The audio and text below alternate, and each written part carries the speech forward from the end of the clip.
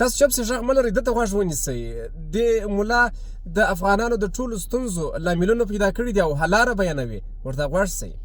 د بزري چې کم چرګان دي کم بیلر دي دي نه ځان ساتي. په دې کې درې بد صفتونه دي چې تاسو دا خوري کېدای شي د درې بد صفتونه په تاسو کې مراشي. ټول نه لومبنی بد صفت دا دی چې دوی بانګ نه وهي او بانګ وهل دا د نرتوب صفت دی، د ښه صفت دی. خو د ښه صفت په دوی کې نشته. نو چې ته دا خورې ته به هم بانګونه پرېږدې، تا به هم هر ټیم سر ښکته کړی وي. وای ملا صاحب ما فکر کړی و چې ته څه ستونزې او لاملونه و دا شیان بیان کړي او دا تا خو پر چرګان راواچوله. ښه په هر حال دی وایي دغه بایلر کې بیلر دغه سپین چرګان وایي دا مه خورئ ځکه په دې کې دوی بانګ نه اچوي یا د بانګ ته څه شي دی اذان نه کوي او د نارینه خصوصیات چې دی هغه اذان کول دي. اذان عموما نارینه کوي. اسلامي اړخ ته بیا نه ځو خو په دغه د ده په خوله باندې.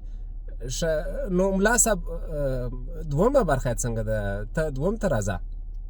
او دویم بد صفت په دوی کې دا دی چې په دوی کې نر نشته. ټول ورکې زنانه مخلوق دی، تاسو به پکې نر نه وي لیدلی. نو چې دا ته خورې د نرتوب صفتونه به درنه ختمیږي ورځ په ورځ.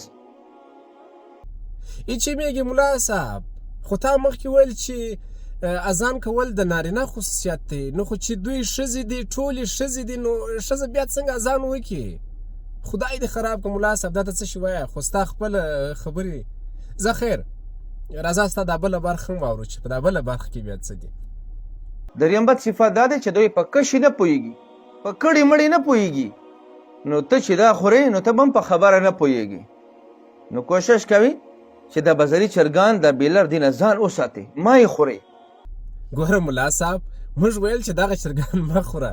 دا چرګان د انسان ذهن خرابوي، خبرې ګډوډې کېږي. ستا اوله خبره او دویمه خبره دواړې سره غاپي. خدای دې خوار که په دا خبرو شته یې کوي، زموږ د وخت را ضایع کوي. ځغله